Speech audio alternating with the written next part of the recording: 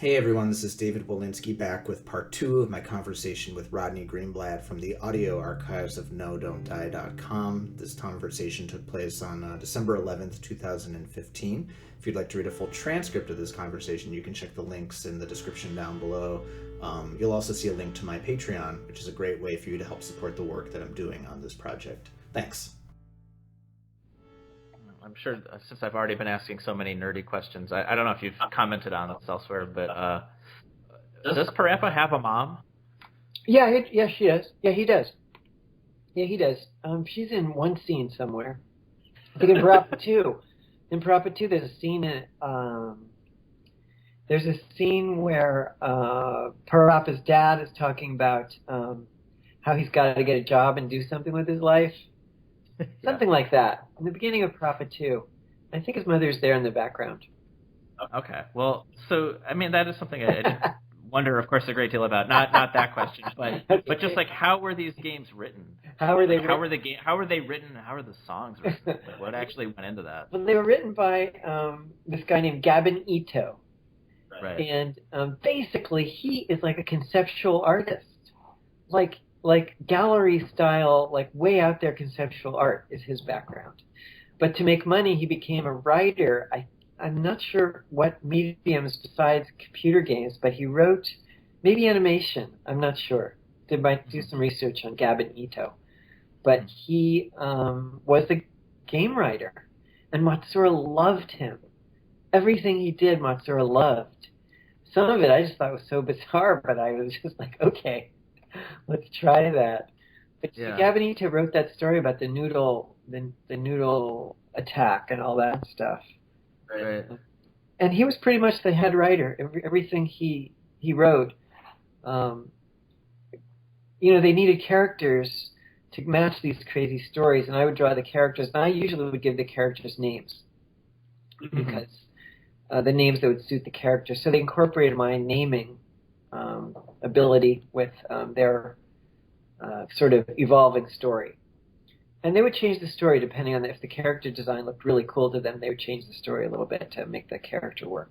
So it was collaborative, but basically Gabin Ito was in charge of the writing. Mm-hmm.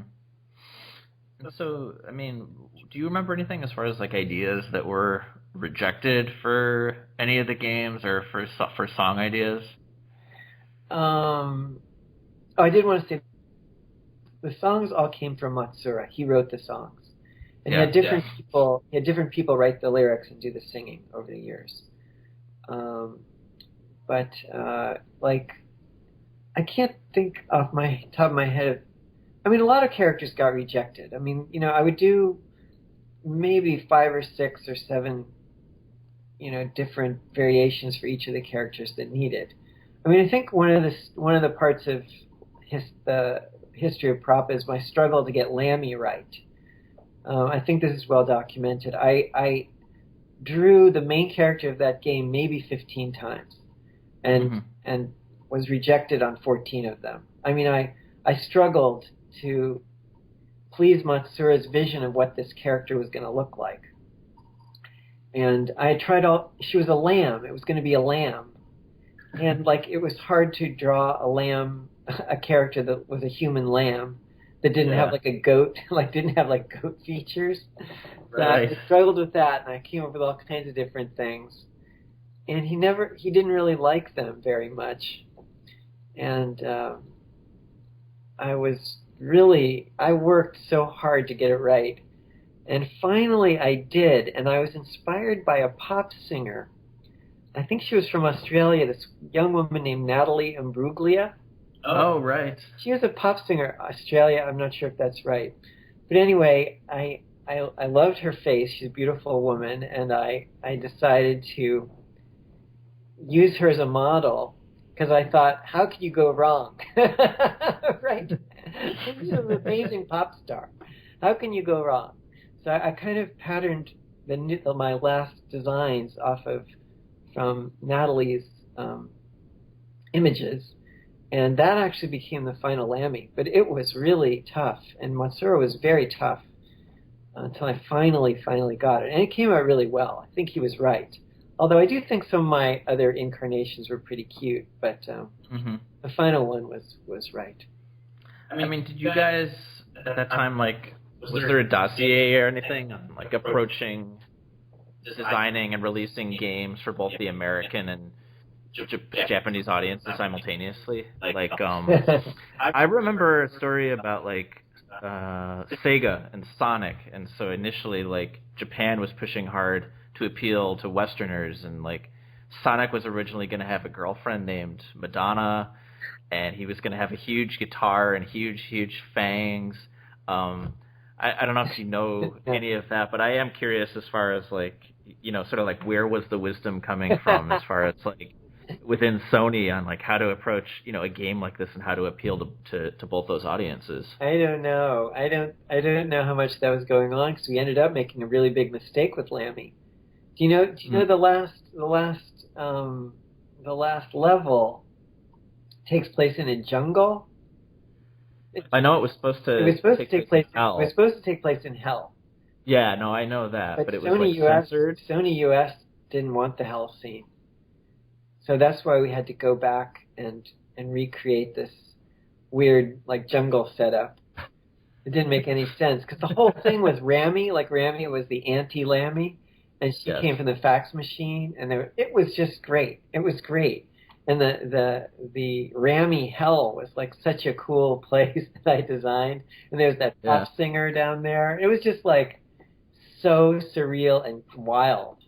But we had to tone it down. They couldn't, for some reason, Sony US couldn't allow a vision of hell, which is odd, because then in a lot of those fighting games, there's, like, clowns from hell and stuff who kill each other. I don't know. It was just weird that we had to redo that. Yeah, I mean, especially you look at, like, what a lot of video games look like these days, and just the sheer level of violence and brutality in them. I mean, maybe there was concern because it had the perception of, you know, it's a children's game. Yeah, right. I don't know though, because I never. I mean, maybe it's just because of how old I was, but I've only ever known, like, you know, sort of older teens and 20-somethings playing PaRappa. It's pretty hard for little kids to play. Actually, they aren't really able to. I mean, if they're under 7 years old, it's really hard for them to really play and win. Well, but I mean, like, how does that happen? Where you produce, like, a whole part of the game, and then you just, like, was Sony of America just did they just check in on it later, or, like, what's involved with those logistics where you could end up, you know, writing, producing, making, and then find out, like, oh, you can't use that? That's like inner corporate stuff. They really should have had better communications, but they didn't. I mean, I don't know. Yeah. I don't know who got in trouble for all that, but it was a costly mistake.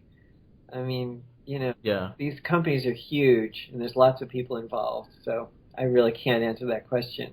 Oh, no, that's okay. I mean, I'm further outside of those communications as well, so it's hard to glean from the outside. Did you run into any sort of weird communication things like that on the PaRappa, the non-Lammy games? Well, like I said, I worked for this company called Sony Creative Products. They were like a licensing company.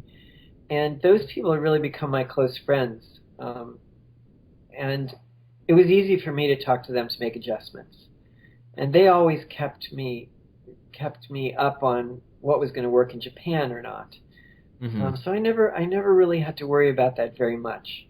And they also defended my case if they thought the character was really cute, because they were going to make products out of it. So they were like this really great advocate for me in Sony Computer. So the weird misunderstandings between me and the Japanese market would kind of be filtered by Sony Creative, and they did a pretty good job. How big was the team that you were working on? Well, there's my agent and myself from the company is called Interlink Planning. And then at Sony Creative, the people that worked on all my products, PaRappa and Thunder Bunny. Thunder Bunny is my other license line.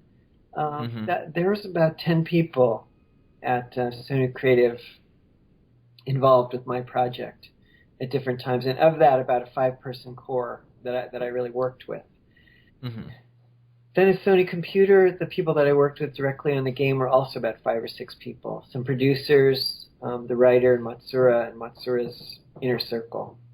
Yeah. So really not too many people. Yeah, I mean, that's sort of what I had just gleaned from, just paying attention to the credits and stuff. But, Yeah. I mean, I'm sure you know that the team sizes on games at bigger studios, that they're, they can be hundreds of people, Like a if movie. not. Yeah, like a movie. Like a movie. If not. Yeah. Yeah, or teams of hundreds of people all over the world sort of working together. And, I'm curious from your perspective. Obviously, you've had your experiences with it, but having gone through it, I mean, what do you feel is sort of not really possible anymore, at a company like Sony, when you rarely see like a 10 or 20 person team, but instead tend to see, hundreds of people? Like what sort of has been sacrificed in swelling the team sizes?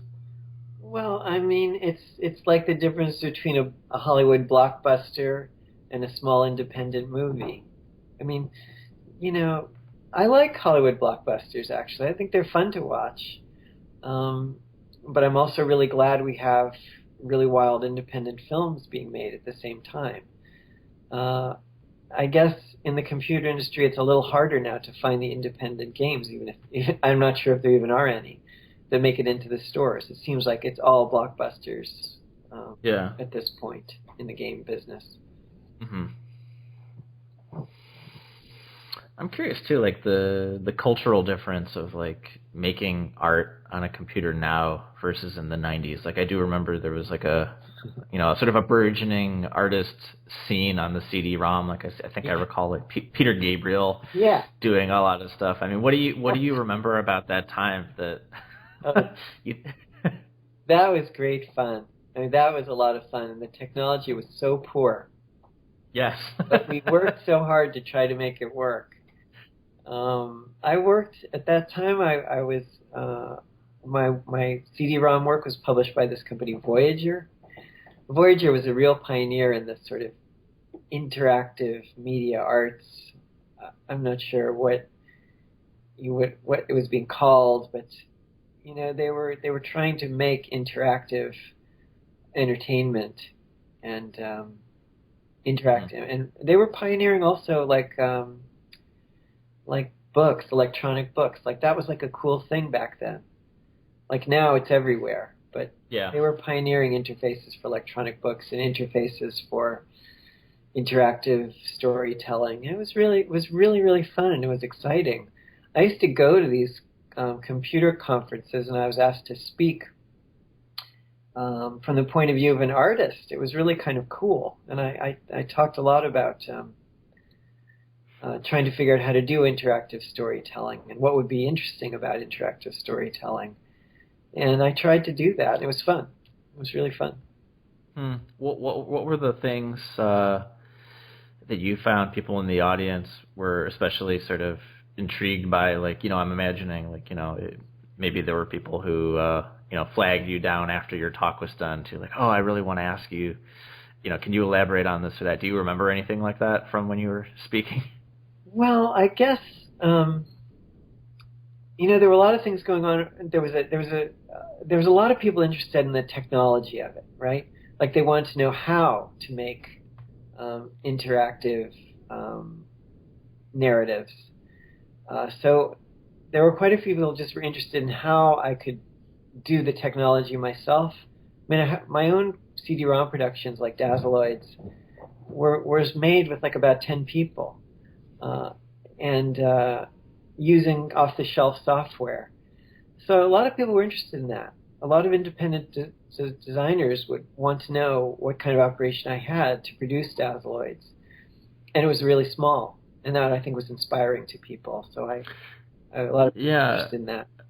I mean, I think at that time, too, like, unless you were a large company, you would never see or have access to, quote-unquote, professional or serious software,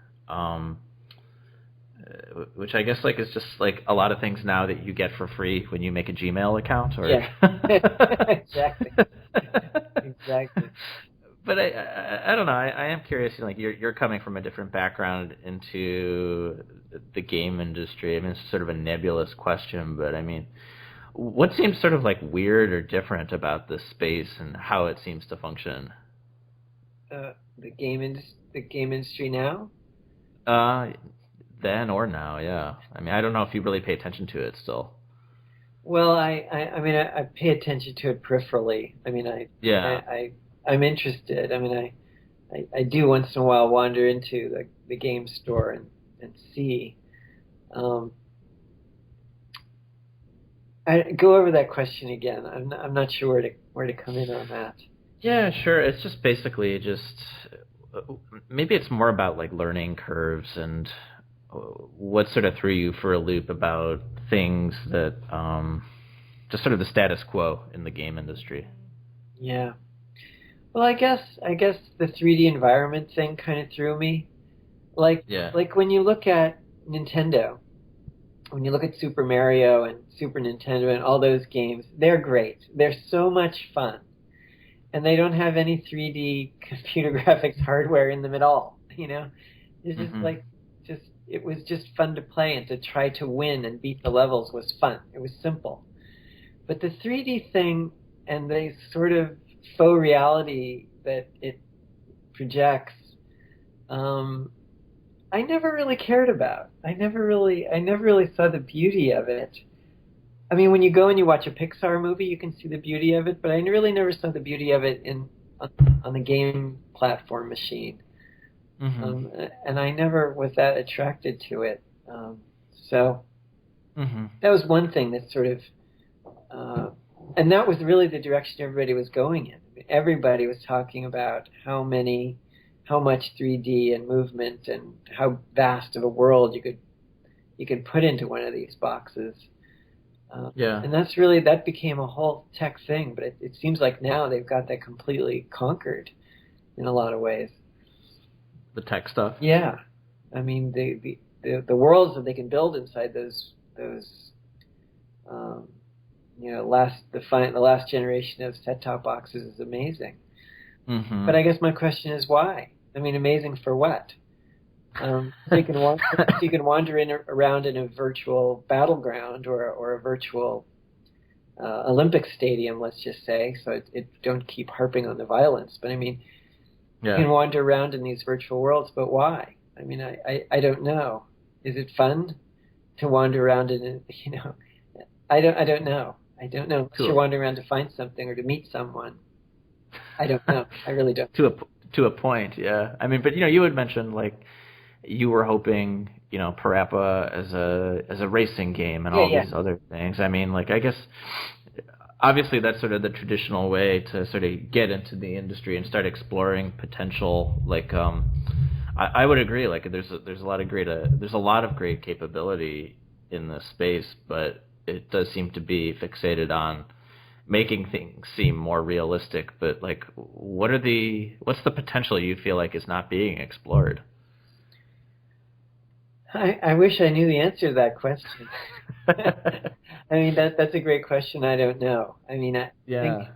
I think artists that are versed in those environments and really start to understand them will be able to break them. Do you know what I mean? To Mhm. Mhm. break through, um, what it is and the way it's used.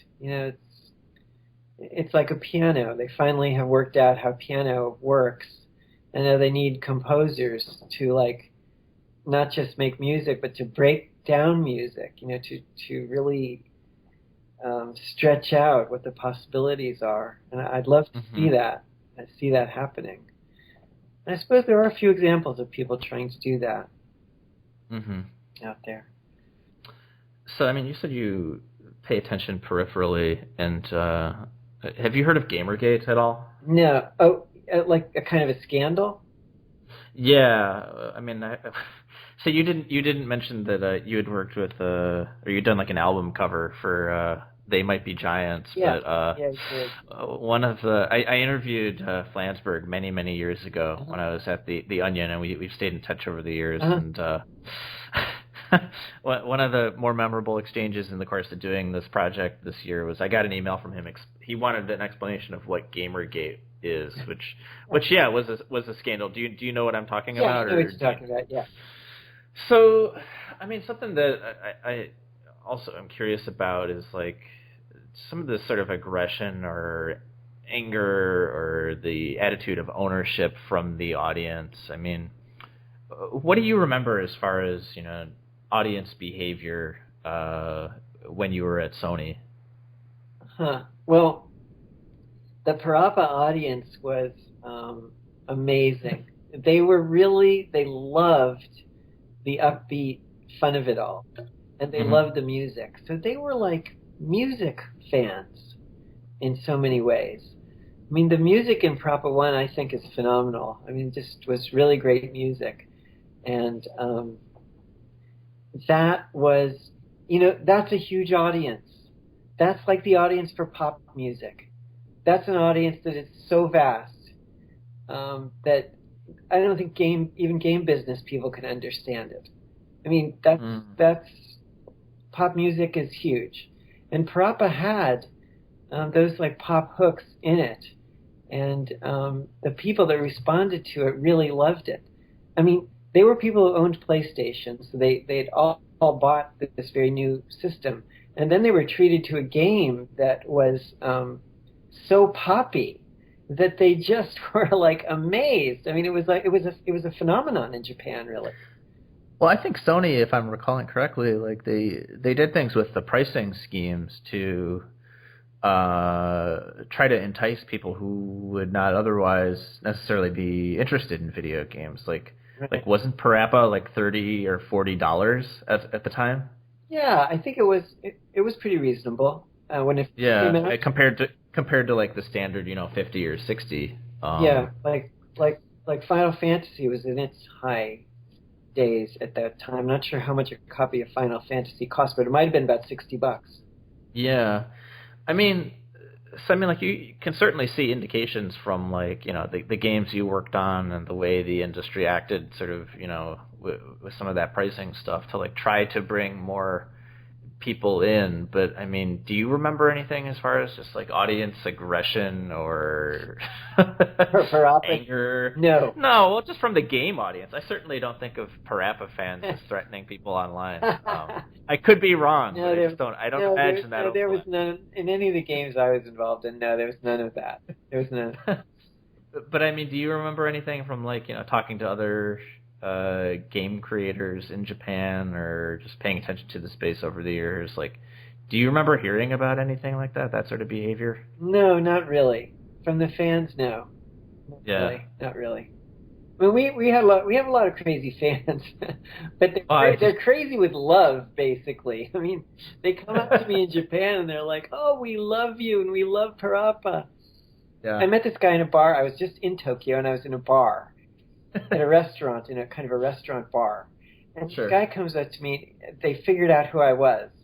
And then this guy said, in this strange English, actually it was pretty good English, but he was like, "Everyone in Japan loves PaRappa," is what he said. That's not true, because not everybody, Japan's a huge country. But what he said, the way he said it was like, it's like revered. Is the way I was really touched. I kind of knew what he was talking about, like revered, like it's everybody's child or something like that, which is just so great, Well, I had told a few people that, like some colleagues, that I was going to be speaking to you, and I sort of received a similar sentiment of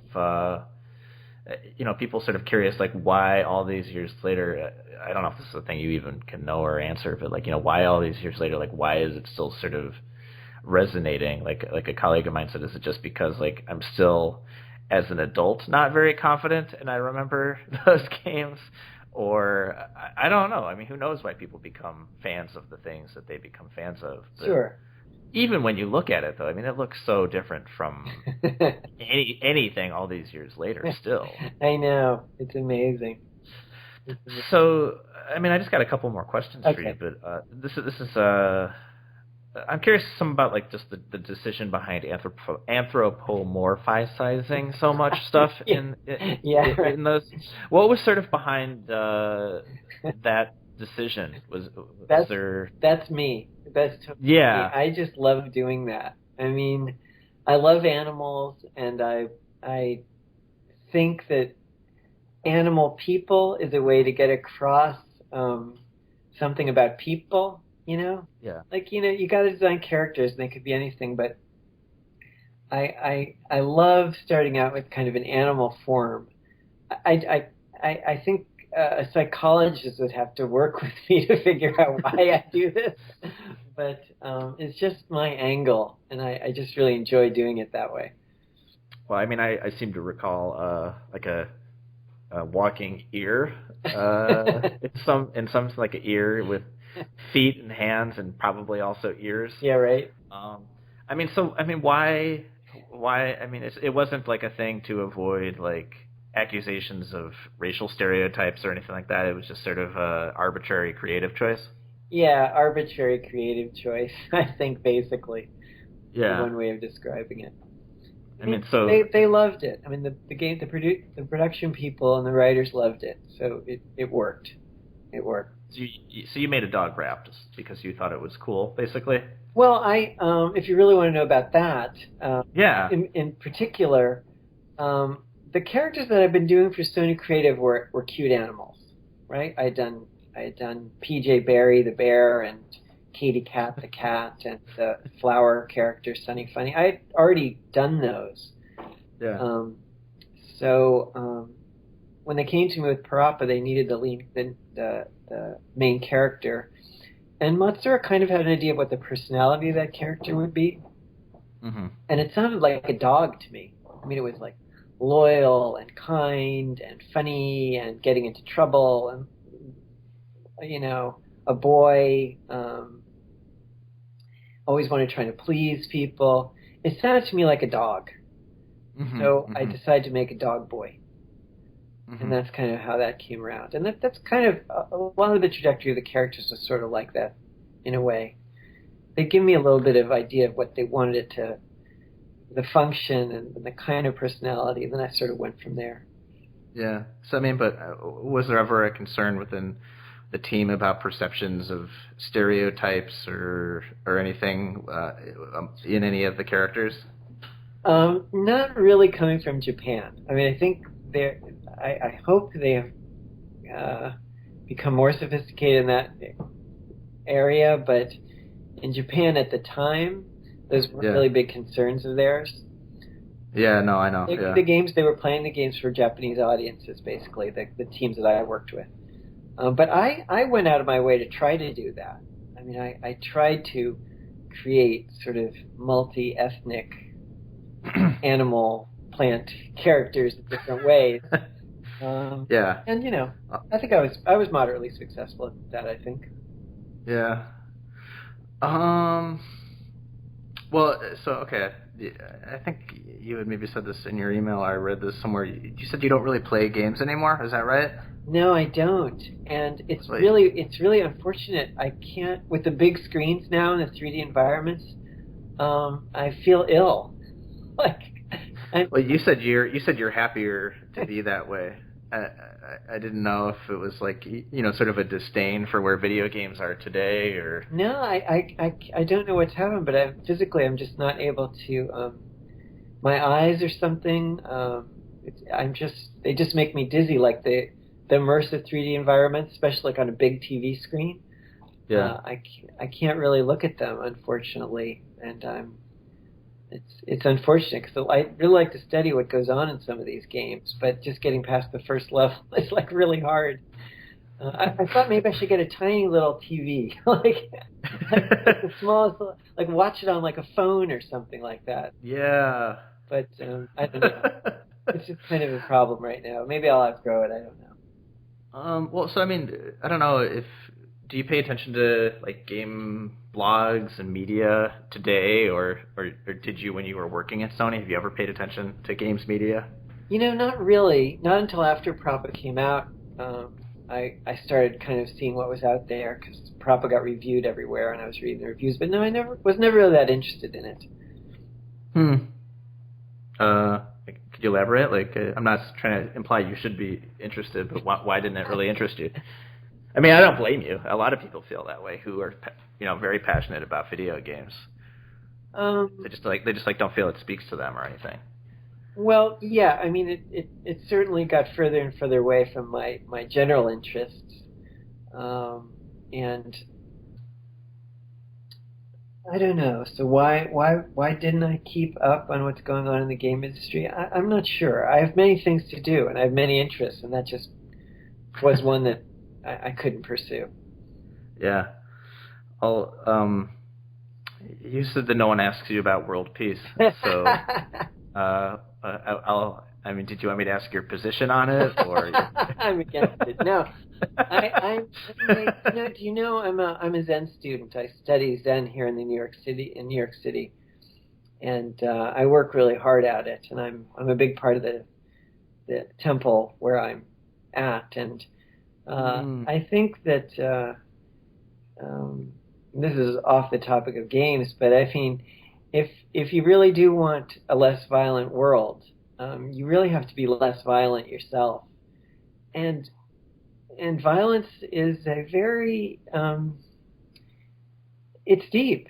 I mean, there are threads in everybody that I think should be explored. I mean, you've really got to look into yourself to see what is a limit and what is wrong and what is right. You can't really look at culture and ask culture to tell you.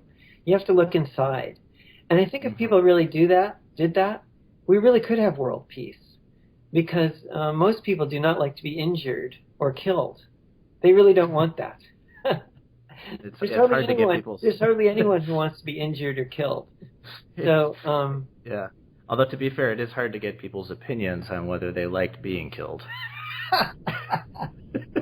Yeah, especially coming from the game industry where you can be killed. Oh, that's true. So maybe that's why the game industry exists. Okay, so that's exactly the point. I mean, you've got to look inside yourself and see where these boundaries are. And I think if people did that, it would be a lot easier to decide what kinds of where do you go to survive? What do you do?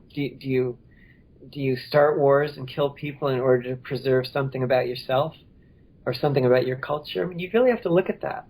But I think if they did, they'd see that a lot of their concerns weren't really that important, and that the things that they thought had to be done, especially with the use of violence, probably wouldn't need to be done in that same way. But it really would take some serious introspection, which I think means that world peace is not a massive cultural undertaking. It's a very, very personal undertaking that I think a lot of people don't want to take. I would agree. And I think, too, not that we're obligated to steer it back to video games, but when you criticize violence in video games, sometimes you run the risk of being accused of being a prude. But I think also just it gets boring. Yeah. You may not want to eat the same meal every night. Exactly. Yeah, that's true. Some people. Well, no. Yeah. So I mean, I have like a billion questions I can ask you about Zen on email, because that's an interest of mine as well. But I'll leave you with a similarly meditative final broad question, which is, what do you think video games have accomplished? What have they accomplished? Oh my God. What have they accomplished? Oh, it's hard to think of a positive. You don't have to be positive. You really don't. I mean, as you know, I'm talking to a lot of people, and just say whatever you feel is true. Well, I guess they have created a way. They've created a socially acceptable way for people to disconnect from each other, and I'm not blaming video games for that. I think there's something else going on that's making people interested in kind of a closed loop entertainment system.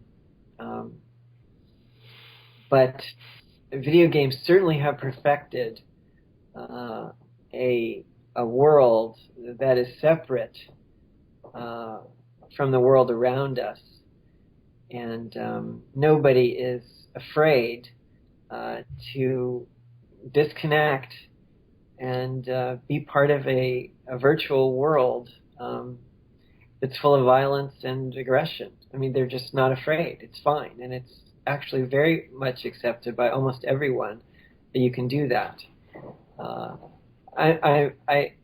I'm criticizing it in a way, but it's actually just out there. I mean, it's one of our parts of our culture, and it's not going away. So that is a pretty incredible cultural, technological, field that video games have produced.